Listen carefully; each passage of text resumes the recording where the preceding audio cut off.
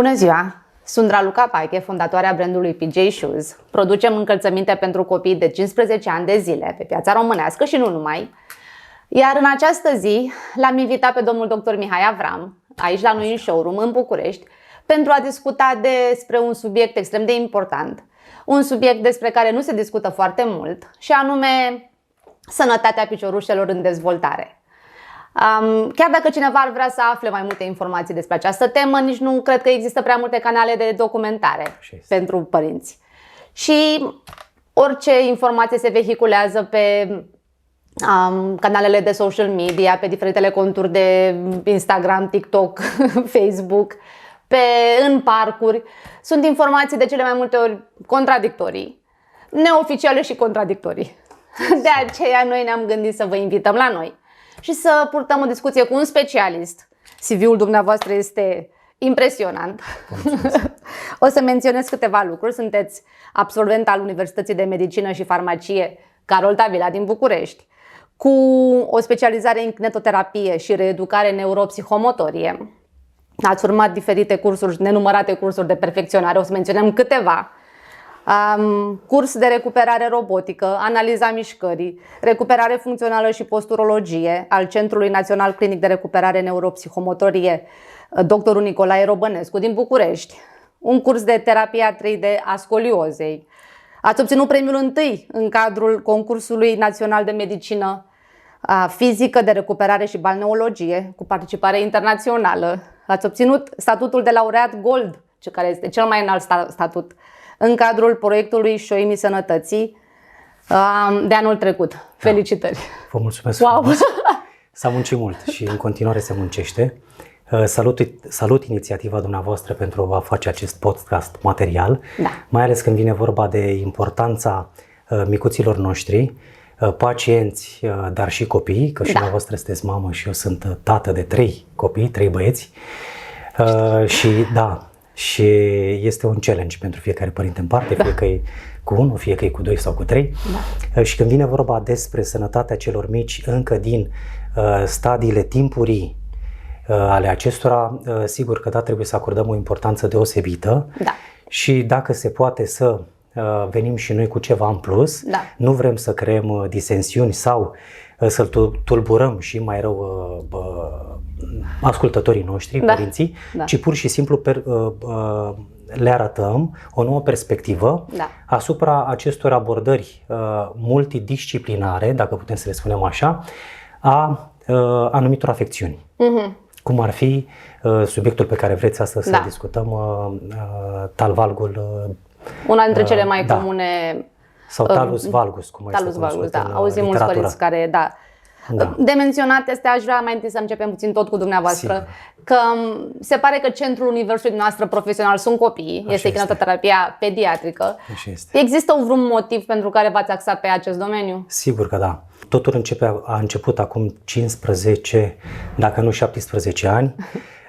Pe când aveam și o probleme de sănătate, sigur că ele pot începe încă de la vârste fragede, chiar mai bine de atât, 18 ani, mi-am adus aminte. Aveam un prieten care venea acasă, zice: Mihai, uite, te ajut eu cu aceste probleme de spate.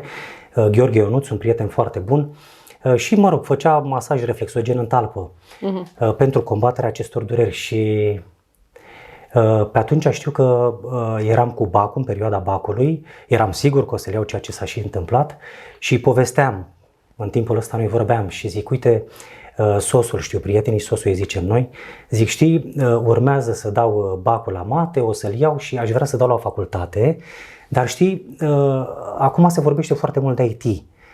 Rezonez cu gândul ăsta, îmi plac calculatoarele, ce știam eu foarte mult despre ele decât jocurile pe calculator, dar totuși aș vrea să fac ceva să-mi fie drag să învăț, să fiu mereu acaparat și absorbit așa de informație și să caut mereu să fiu și în trend, dar și la zi cu informația. Zic, și nu știu unde să mă orientez, spre ce facultate.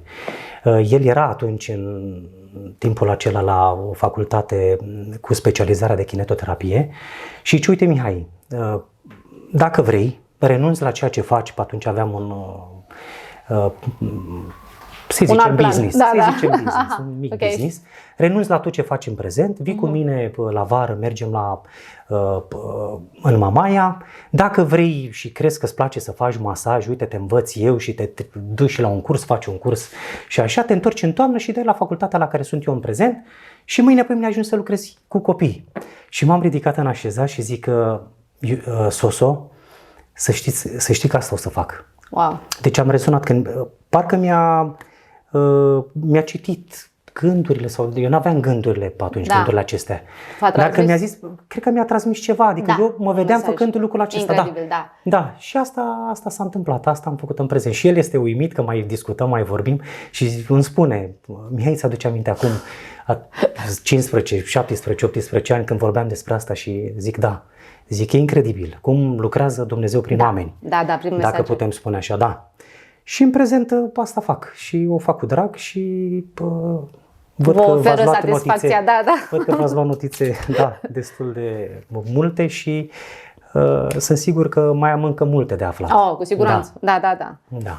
Și foarte interesant. Da, menirea noastră în viață ne vine mai devreme sau mai târziu, poate punând întrebarea care trebuie. La momentul în care trebuie pe persoane care îi trebuie. Și să ascultăm și instinctul. Că Da. astăzi despre asta, dacă îmi permiteți să Da, vorbesc, da, da. despre instinctul părinților și mai ales al mamelor, pentru că ele sunt cele care poartă prunci în viața intrauterină, în pântec, da, timp de 9 luni de zile și ele simt cel mai bine. Care este instinctul tău de mamă să faci? Când cei din jur spun că e totul ok, că e normal, că e vorba de un picior fiziologic, că trece de la sine, instinctul tău de mamă care este? Ce-ți spune? Sau mai ales când vezi acel bebe care devine copilaș, da? După vârsta de un an nu mai e bebeluș și un copilaș, Da. și vezi că merge deficitar. Foarte multe lucruri se leagă de partea asta fiziologică, dar nu toate au un parcurs fiziologic sau nu se petrece în condiții fiziologice, cum vorbeam înainte de filmare, Da. mersul să fie fiziologic, să fie cât mai natural, dar condițiile pe care noi le avem, parchet, faianță, gresie și toate suprafețele plane nu sunt naturale, nu sunt, Da, da. nu pun la dispoziție ceea ce ne poate pune terenul denivelat, muntele, marea, nisipul și așa mai departe, dar vom ajunge și acolo. Da, da. Da. Revenind la încălțăminte, la dezvoltarea unui mers sănătos. Da.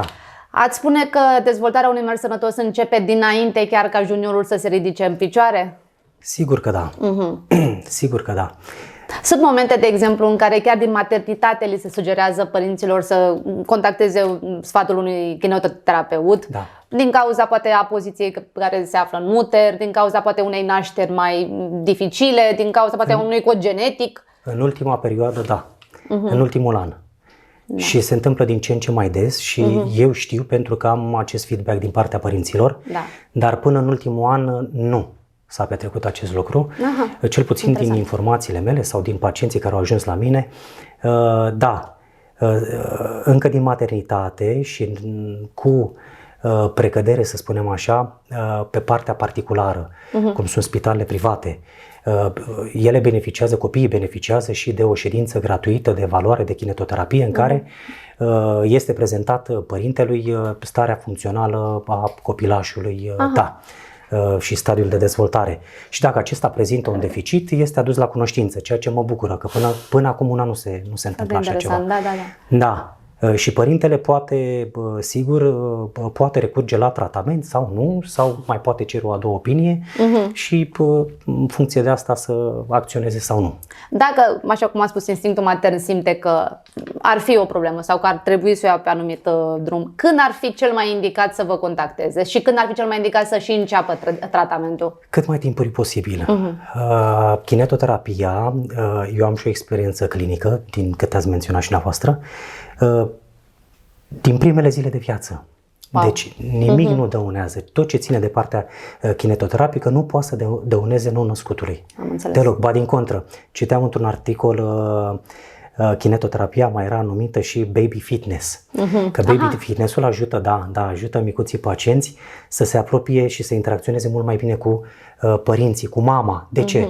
De acolo și denumirea de tummy time.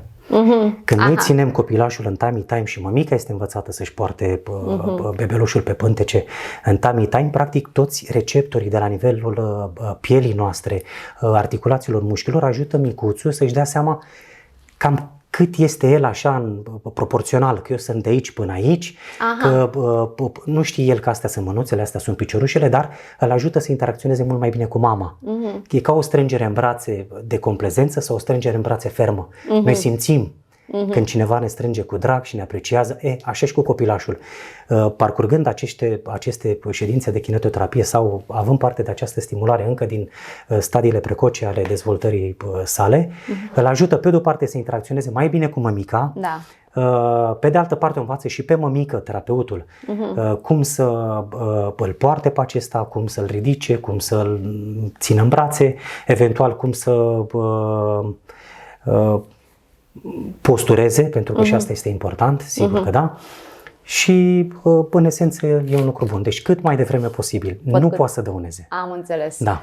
Și poate cam câte ședințe ar fi o medie de kinetoterapie în perioada aceasta nou-născut dacă vorbim până la remediere? Dacă vorbim de o patologie ușoară, ne gândim undeva la 2-3 ședințe pe săptămână. Sunt suficient. Da. Dacă vorbim de o cazuistică sau de un tablou clinic sever, sigur că da, la recomandarea medicului putem vorbi și de internare și de... Dar noi vorbim acum de lucruri mai uzuale, Am văzut că ați adus cu noastră un bebeluș. Sigur că da. Pe care puteți poate să exemplificați, sper să se observe. Ați dori să vorbim despre acest alvalg? Da, despre acest alvalg, dacă există până la nou-născuți, mă refer. Da, deci cum ne putem da seama sau cum am putea defini acest alvalg? Este caracterizat prin prăbușirea bolții plantare cu apropierea feței dorsale a plantei de tibie. Deci, practic, noi când luăm și evaluăm bebelușul, facem aceste manevre ușoare și încercăm să vedem cât de, practic, noi testăm hiperlaxitatea. Ligamentară, particulară, musculară și vedem cât de mult se apropie fața dorsală a plantei de tibie. De cele mai multe ori aceasta valgizează, un termen din literatură, adică practic se duce și în lateral piciorul și nu doar că se apropie de tibie, ci ia și o cale spre exterior, să spunem așa. Și atunci ne dăm seama că este vorba de un picior lax, hiperlax, un picioruș care, cu toate că l-am putea denumi fiziologic, și spunem că el se poate corecta de la sine, putem risca să nu și de cele mai multe ori să nu. Chiar dacă nu interacționez, că nu pot să interacționez cu toată lumea, cum nimeni nu poate de altfel, mai târziu îi văd în clinică. Mai târziu îi avem în clinică și foarte mulți dintre părinți cu oarecare dezamăgire spun că, știți, la naștere sau la evaluare ne-au spus că este ok, este fiziologic și că trece de la sine. Pentru că așa este menționat în literatură, până la 4 ani piciorul este fiziologic și până la 4 ani el are timp să se stabilizeze, să se formeze. Da, atunci atinge el un prag maxim de maturitate. Da. Și dacă sunt situații și multe în care dacă adoptăm ședințele de kinetoterapie și ascultăm kinetoterapeutul, se pot corecta aceste probleme până când chiar începe să meargă. Sigur că da. Dacă vorbim de bebeluș, strict de bebeluș și de această patologie, noi știm că înaintea apariției mișcărilor avem reflexe. Ele se mai numesc și reflexe arhaice. Reflexe care la rândul lor nu fac altceva decât să dea naștere unor mișcări. Mișcări care, repetate în timp, să devină dintr-o mișcare dezorganizată într-una organizată. Eu intenționez să duc mâna la gură. Bun, aceste reflexe, spuneam că dau naștere unor mișcări, mișcările dau naștere unor și poziționările segmentelor noastre corporale dau naștere unor engrame motorii. Engrame motorii, să definim mai simplu, acele imagini corticale reprezentate la nivelul scoarței noastre cerebrale. Atât poziționarea segmentelor noastre, cât și mișcările în timp, când vom avea o mișcare. Dacă noi, de pe acum, încă din primele săptămâni de viață, luăm bebelușul și îl constrângem, să spunem așa, în anumite mijloace de contenție, cum ar fi aceste orteze, pe care eu le recomand cu fiecare ocazie pacienților mei.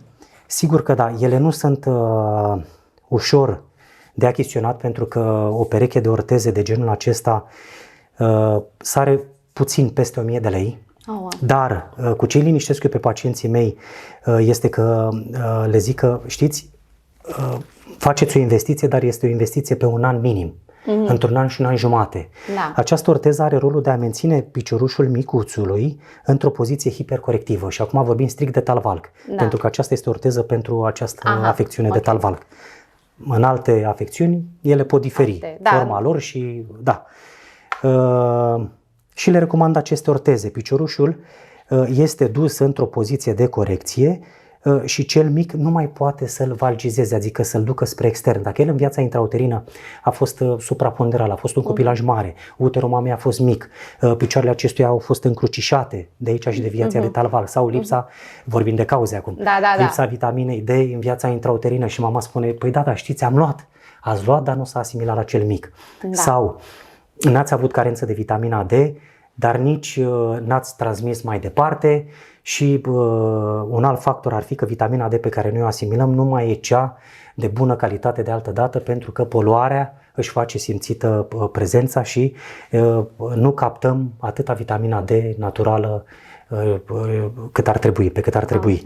Da, deci recomandăm aceste orteze, recomandăm, bineînțeles, pot fi folosite și niște kineziotape, că tot se vorbește din ce în ce mai des de niște benzi kineziotape, care sunt aplicate pe piciorușele micuților, dar și instruirea părinților privind masajul pe musculatura afectată, musculatura alungită, pentru că vorbim aici, mi-am ales pentru asta să vorbesc doar de 2 mușchi, să nu creăm foarte mare confuzie. Susținători, puternici susținători ai bolții plantare, tibialul posterior, care susține această boltă plantară, cât și tibialul anterior. Unul, face rotație internă, tibialul posterior, și cel anterior face dorsiflexia, practic când talpa se ridică. Și dacă noi venim și stimulăm pe partea internă a plantei, circular gleznă și pe traseul tibialului posterior, nu facem altceva decât să stimulăm acești mușchi și noi știm că mușchii au proprietatea inversă a plastilinei. Ei frământați se întăresc, plastilina se înmoaie. Și dacă noi venim pe partea aceasta și stimulăm de 2-3 ori pe zi, 5 minute, 7 minute, în funcție și de starea bebelușului și de starea noastră și timpul, posibilități, sigur că da, în timp vom întări și vom descuraja micuțul pacient să mai tragă în lateral, ci să adopte noile mișcări sau noua direcție de mișcare pe baza stimulilor dați. Am înțeles, da. Pentru că nu e așa, creierul oglindește în fiecare secundă starea musculaturii și el se ajută neavând ochi, ochii lui sunt sistemul nervos periferic, central și periferic. Noi dacă stimulăm de la exterior, el primește informație, o procesează și sub efectul de neuroplasticitate, că se vorbește în ultimii ani foarte mult de neuroplasticitate, mai exact ca o definiție a ei, proprietatea creierului de a se adapta noilor condiții, ca o proprietate a creierului de neuroplasticitate, informația este procesată și eliberată mai apoi sub noua formă pe care noi am generat-o de la exterior către interior. Este sedimentată. Este sedimentată și reconfigurată. Tocmai de aceea, cât mai precoce, cât mai din timp. Pentru că noi nu doar la exterior ne adesăm, ci și la interior. Da. Apoi ajungem ca copilul să se ridice în picioare, să meargă, susținut, nesusținut. De adăugat aici, din ce am citit noi, oriunde între 10 luni și 1 an și 2 luni este considerat normal o verticalizare. O verticalizare. Să liniștim părinții care dacă la noi s-a întâmplat la 10 luni, nu contează, până la 1 an și 2-3 luni este considerat normal.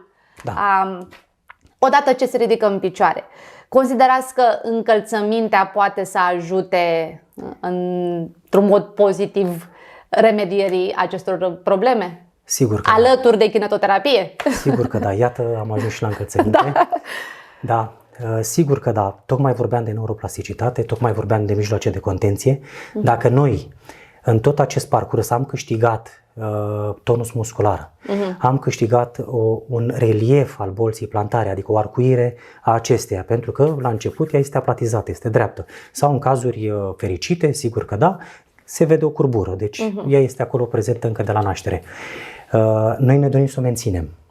Și cum o putem menține decât Bineînțeles, prin medii naturale, de câte ori avem ocazia să ducem copiii la mare, să ducem copiii la țară, cine mai are o casă, are țară, da, și să-i lăsăm să meargă desculți, dacă terenul ne permite și nu este accidentat și așa. Și este sigur pentru cei mici. Și e cald afară, probabil. Da, dar atâta timp când noi creștem, ne dezvoltăm în medii mai puțin naturale. Uitați-vă la noi că stăm foarte mult în spitale sau în birouri, în mașină și câți dintre noi ne expunem la soare? Foarte puțin. Așa și micuțul pacient iese afară, dar îl ferim, îl dăm cu uleiuri, cu creme, cu nu știu ce. Mergem la mare, îi punem costum, îi punem și șapcă, îl dăm și cu cremă și la fel și acolo soare mai puțin. Mersul este bine să se petreacă în condiții, să se petreacă natural, dar în condiții naturale. Dacă nu avem condiții naturale și stăm în casă sau în birou sau este bine să avem mijloace de contenție, să continuăm cu aceste mijloace de contenție, cum ar fi încălțămintea ortopedică, care să ne permită să, pe de o parte, să păstrăm, să păstrăm munca depusă până la acel punct. Da, să o conservăm, vine acum, și să-i ținem piciorușul celui micuț, într-o poziție cât mai corectată, pentru că ziceam un pic mai devreme, dacă n-am spus să o menționez acum, este important de menționat, aceste oase, fie calcaneul, fie talusul, dintr-o poziție verticalizată, ele se orizontalizează. De la vertical ele se duc ușor spre orizontal. În cazuri grave, exact asta se petrece. Prin aceste mijloace de contenție, cum ar fi ortezele, kineziotape, masajul, kinetoterapia și la vârsta de 1 an sau mai devreme, dacă cel mic se ridică în picioare, lăsăm o săptămână să mișune independent ca să poată să-și creeze o stabilitate, după care îl asigurăm cu aceste tipuri de încălțări în casă. Deci chiar și în casă recomandați? Și la... Da, și m-am bucurat foarte mult când am auzit că sunt tot în ultimul an mai sunt și alții, și s-a petrecut treaba aceasta, chiar medici pediatri care recomandă și în casă. Deci până acum 1 an eu vorbeam, dar nu aveam feedback, deci nu aveam. Dar acum știți că și doamna doctor, și nu o să dau nume, dar de la un cabinet privat, recomandă la fel ca dumneavoastră.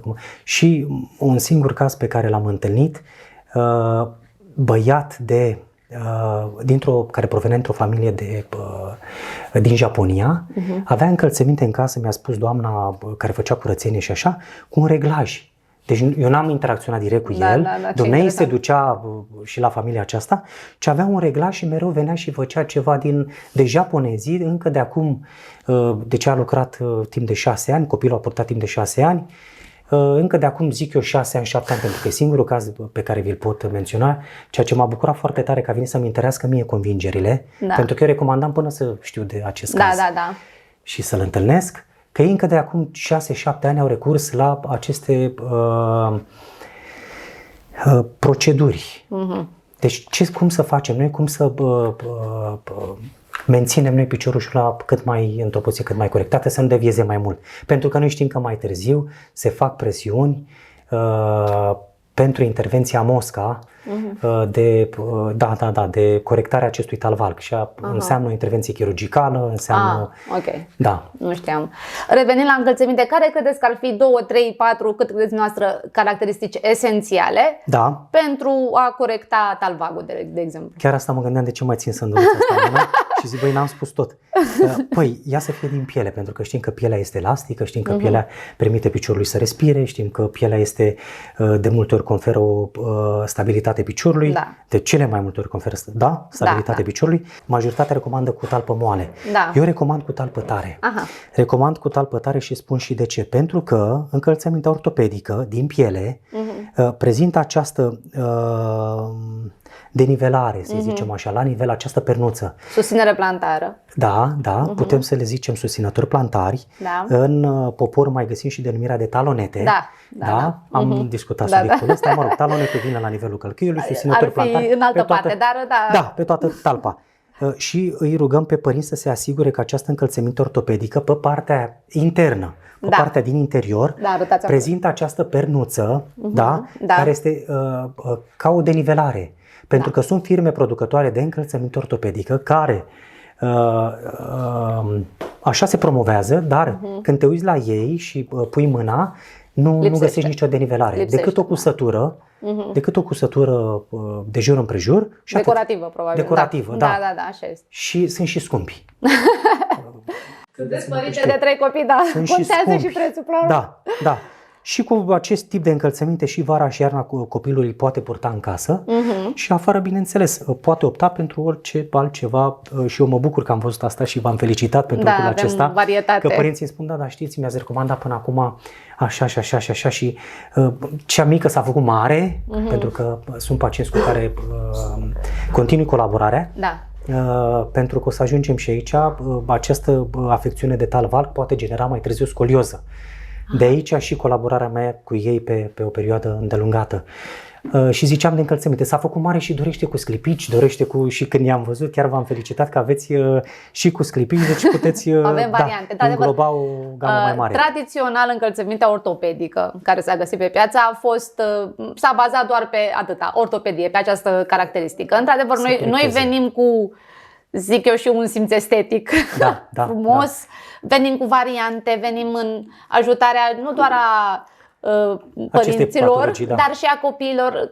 Nu pot să vă spun de câte ori s-a întâmplat ca un copil să plece cu ea în picioare sau de câte ori s-a întâmplat ca un părinte să ne spună a vrut să se culce cu perechea de pantofi. Așa că este o bucurie dublă pentru părinte să-i ofere un produs de calitate, unul care să-l ajute, unul care să-i placă copilului, care să spună trebuie să o porți, este ca un medicament, trebuie să-l porți pentru că este influențați de copii. Da, de câte ori am face orice. Să le fie lor, să fie ei fericiți, exact, da. Dacă pot fi și combinate, de ce nu? Exact. Și chiar asta mă bucur când lucrurile acestea se întâmplă și la producători români. Da? De ce să așteptăm întotdeauna să vină de afară un răspuns sau să vină un producător străin să poată să înglobeze toate aceste necesități, să fie și să se atribuie și acestui tratament, dar să aibă și cu supereroi sau să aibă și sclipici. Și vă felicit pe această cale că ați reușit să bine și pentru economie, da? Pe la urma urmei. Suntem și noi foarte mândri de ceea ce, pe lângă ceea ce spuneți dumneavoastră că ar fi important pentru corectarea posturii și corectarea problemelor, noi ne mai gândim de altfel la colecția de primii pași, avem 2 primii pași, despre aceasta discutăm. Ne gândim să aibă și o intrare rapidă ca părintele să nu stea prea mult să încalțe copilul, că nu va fi. Întrebați-mă pe mine. Aveți 3 copii. Din 3-2 trebuie să-i duc la grădiniță. Trebuie să se încalțe singuri, eventual. Poate reușiți. Lucrăm la asta. Măcar să se descalțe singuri. Da, la grădiniță reușesc, dar acasă lucrăm la asta. Da. Lucrați la asta, da, pentru că le oferă și lor o satisfacție, vă oferă și dumneavoastră puțin mai mult timp. Până la urma urmei, acolo vor trebui să ajungă. Deci o deschidere largă, o deschidere prin arici de cele mai multe ori. Dacă cumva punem vreun șiret, punem neapărat și un fermoar. Deci avem mult mai multe lucruri în vedere în afară de anatomie, estetic, să fie și funcționali, să fie și ușor de purtat, să se asorteze la cât mai multe ținute. Lucru important. Am vorbit de probleme, poate mai revenim la ele, dar aș vrea să vorbim și despre părinții norocoși sau copiii norocoși care cumva n-au nicio problemă. Mai sunt și mame în par, care nu există. Al meu a bifat toate căsuțele, suntem norocoși, este olimpic la toate capitolele în ceea ce privește mersul și dezvoltarea mușchilor. Este posibil cumva ca pentru un astfel de copil norocos, purtarea încălțămintei neadecvate să dăuneze? Creeze probleme în timp. Da, să creeze probleme în timp, da. Sigur că da. Sigur. Îmi vin în minte acum câteva nume, dar nu le dau. Nu, da. Din ce ați văzut dumneavoastră, Decât să purtăm o încălțăminte inadecvată, mai bine piciorul să fie gol. Mai bine deloc. Da, de ce? Ce se întâmplă? În încălțăminte așa zisă flexibilă, moale și așa mai departe, piciorul copilului stă bine, stă relaxat, degetele sunt răsfirate, piciorul este relaxat și așa mai departe. Totuși, bebelușul, copilul, prezintă un mers instabil cu bază largă de susținere, da? Deci e un mers oarecum în lateral, spre înainte și în lateral. Deci piciorul se proiectează spre lateral sau dacă acesta prezintă talvalg spre interior, un pic în interior. Și am pacienți care fie unii de o parte, fie de cealaltă, ori merg ca rățușca, ori cu un singur picior deviază spre exterior. Îi zicem rotație externă. Dacă ei tind să poarte genul acesta de încălțăminte, imaginați-vă că acel material flexibil nu face altceva decât să permită piciorului, de ce ziceam că e mai bine desculț, să alunece și mai mult. Și cum zicem noi, valgizeze, să ducă în rotație externă piciorușul într-o afecțiune de talvalg, acela va valgiza și mai mult, și mai mult, și mai mult. Și chiar am avut acum 2 săptămâni în clinică un caz cu o domnișoară de 6 anișori, la recomandarea chirurgului, a fost operată prin această intervenție mosca de care vă ziceam, relativ non-invazivă, cu 2 secțiuni, 2 intrări ușoare. La dreptul a avut chiar și o tijă care a fost înlăturată în timp, după 2 săptămâni, dar ea e totuși recomandată între 12 și 13 ani. Da. Intervenția fiind foarte grav și având dureri foarte mari, s-a intervenit mult mai devreme. Curiozitatea mea este acum și n-am întrebat-o pe mamă, dar oare cu ce era încălțată? Ceea ce vreau să zic este că dacă piciorul este deviat într-o direcție, dacă îi pun ceva flexibil și un material, majoritatea sunt textil, nu? Adică alunecă. Cred că 80% au ajuns să fie pe piață, mai ales la copii. Da. Deci piciorul va aluneca și mai mult. Și eu nu fac altceva decât să ajut spre o deformare a mersului. Când mai piciorul mare este încă în dezvoltare. Când piciorul este încă în dezvoltare, da. Și să grăbesc accelerarea acestei deformațiuni. Mai bine las desculț, mai bine ascult varianta prima sau a doua, depinde cum a venit ea. Știți, lăsați piciorul să... barefoot. Barefoot, desculț, mers natural, dar în condiții, cum spuneam, nenaturale. Decât să-i pun ceva textil sau ceva care să nu fie ferm. Pentru că aici vorbim de fermitate și vorbeam mai devreme de instinctul mamelor. Cu toții am avut bunici la țară, sper, când un copac creștea strâmb, da, bunicii noștri se duceau și contracarau acele forțe, da, puneau un par, un băț și veneau cu o sârmă sau cu o funie și trăgeau invers, opusul. Cam asta se întâmplă dacă vorbim de natură, dacă facem și noi parte din natură, la fel suntem și noi. Și într-adevăr, sunt 10% cazuri care se vindecă de la sine. Eu, ca părinte, îmi permit riscul acesta? Să fiu... Oare îmi permit? Și dacă nu mi-l permit, ascult diversi specialiști, dar recomand părinților să musai să ajungă și la un kinetoterapeut. Pentru că el este cel care lucrează corp la corp cu pacientul, fie el mic, fie el mai mare. Și el este cel care și-a dezvoltat aceste simțuri. Da, interesant. Ce observăm noi? Observăm și altă tendință. Tendința aceasta, mai ales la numerul acestea 18-26, mereu sfătuiesc părinții să aibă mai multă atenție, măcar în această perioadă. De la 27 în sus poate mai merg alte tipuri de încălțăminte. Dar ce observăm noi? O copiere a modei, a modelelor chiar, a calapoadelor, care oricum ar trebui să fie altele, de la adulți la copii, aduse de la 38, aduse la numărul 18, care poate forțează piciorul. Nu e vorba despre modă la această perioadă, nu e vorba despre doar estetic. Trebuie să fie calapodul potrivit, trebuie să fie construcția pantofului potrivită, măcar, repet și am spus mereu, între 18 și 26. Nu înseamnă că dacă tatăl are un sneaker de un anumit brand, copilul neapărat adus jos la numărul 18 ar trebui să aibă neapărat același sneaker. Măcar lăsați-l să crească până la 27 și apoi faceți un...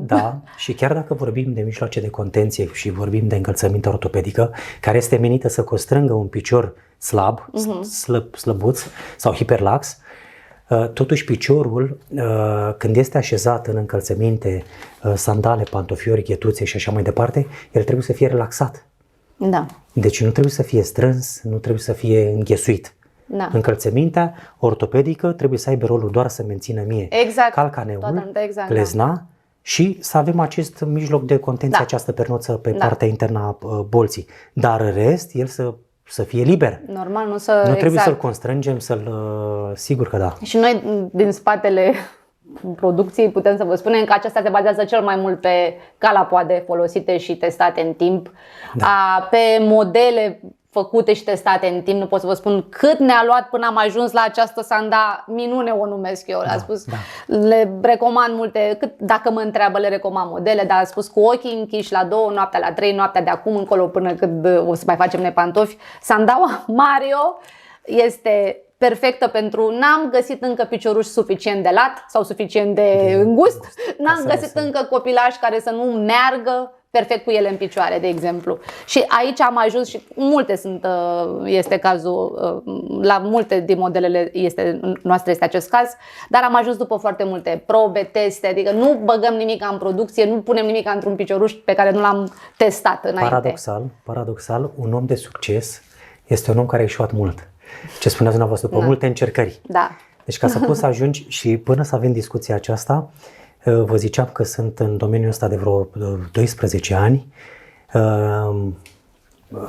și până în ultimul an să aud aceleași păreri care vin să îmi completeze mie și să-mi consolideze principiile pe care mi le-am format în timp, recomandam aceste mijloace de contenție, încălțăminte ortopedică. Practic era logic pentru mine, cum le spun mamelor, să-și lase care este instinctul lor, să las copilașul așa sau să fac așa. Și după intervine întrebarea, oare acest tip de încălțăminte ortopedică poate să dăuneze mersul copilului? Răspunsul este nu. Ci pur și simplu putem să recomandăm ca părinții să fie atenți atunci când achiziționează genul acesta de încălțăminte ortopedică. Sunt două tipuri, cele până în nivelul gleznelor și cele care acoperă gleznele, depășesc glezna, să se uite la mers. Pentru că există un fenomen și l-am întâlnit și noi cu cel mic, să ducă și mai multă rotație internă.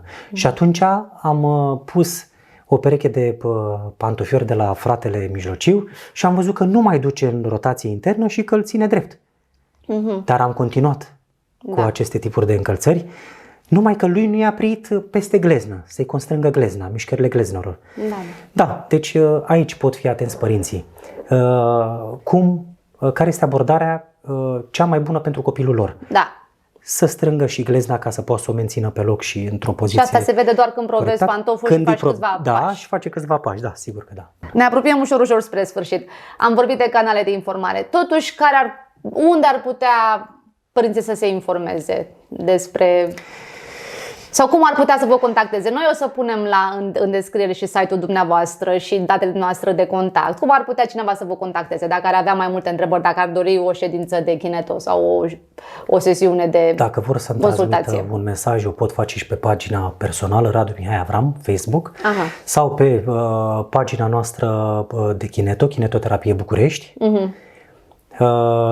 Sigur, mă pot găsi și la clinică, în cadrul clinicii Nicolae Robănescu, în sectorul 4, Centrul Național Clinic de Recuperare Neuropsihomotorie Dr. Nicolae Robănescu. Un centru specializat pe copii. Pe copii, cel mai mare centru din țară, unde, acolo se pot face și pentru cei mai măricei și o analiză posturală în cadrul stabilometriei și o analiză a mișcării, mai amănunțită, dar și un sprijin plantar cu ajutorul unor plăci sensibilizate cu senzori, să vedem care sunt forțele pe care aceștia le aplică în ortostatism, în statul în picioare, unde anume aplică. Și bineînțeles că noi avem toată aparatura necesară pentru a genera aceste talonete cunoscute în popor, dar mai corect spus susținători plantari. Personalizate, sigur că da. Acești susținători personalizați care se pot introduce în încălțămintea preferată a copilașilor și pentru cei mai mari. Să aibă minim vârsta de 5 ani ca să poată să fie cooperant. Că altfel nu te poți baza pe un copilaș că îți stă nemișcat timp de 3 secunde cât îi faci tu, se repetă aceste 3 secunde, de 3 ori se repetă testul și el trebuie să stea nemișcat să le evaluezi, altfel riști să, De menționat că noi facem încălțămintea aceasta ortopedică până la numărul 26. Da. De la 27 în sus, cel mai bine dacă continuă problemele sau sunt probleme sau apar probleme sau au fost ignorate anterior problemele, ar trebui clar să vorbiți cu un doctor specialist, pentru că încălțămintea ortopedică, cel puțin la noi la PJ Shoes, nu o să mai găsiți. Poate cine știe, ne vom reîntâlni peste 5 ani. Și poate o realizăm, nu știu. Deci, sigur trebuie să petreacă la noi în țară. Sigur trebuie să avem și noi branduri românești. De la și mâncare până românești. la haine până la ar trebui să avem noi, am zis să o încurajăm. La războiul din Ucraina, care a pus problema grânelor, în importul de grâne, dacă noi n-am avea bărăganul Europei, iarăși unde am fi fost. Deci, cu alte cuvinte, nevoia te învață. Nevoia te învață și ne învață să depindem și de noi, să ne și stimulăm economia cum putem. Da. Da, asta e altă conversație pentru altă. Sigur că eu vă mulțumesc mult că ați venit la noi în showroom. Și inițiativa. Mulțumim. Da. Și dacă doriți, dacă v-a plăcut, dacă mai doriți alte sesiuni de podcast pe această temă, așteptăm să ne spuneți. Sau altele, așteptăm să ne spuneți. Cum ar fi deficiențele posturale la copii. Da, în urma acestor deficiențe plantare le numim noi. Pentru că, la fel, ne gândim simplu și ne ascultăm instinctul. Dacă noi, fundația, încă de la început, fundația unei case, o facem greșit, toată casa va fi construită greșit sau înclinată. Turnul din Pisa, care în fiecare an tinde să se încline cu 0, nu știu cât centimetri. Da. Deci, încă din stadiul precoce, cât mai devreme, cu cât intervenim mai devreme în orice subiect vreți dumneavoastră sau patologie, cu atât mai de bun augur pentru viitorul nostru. Iată o concluzie frumoasă. Da. Mulțumim frumos, domnul doctor. Mulțumesc.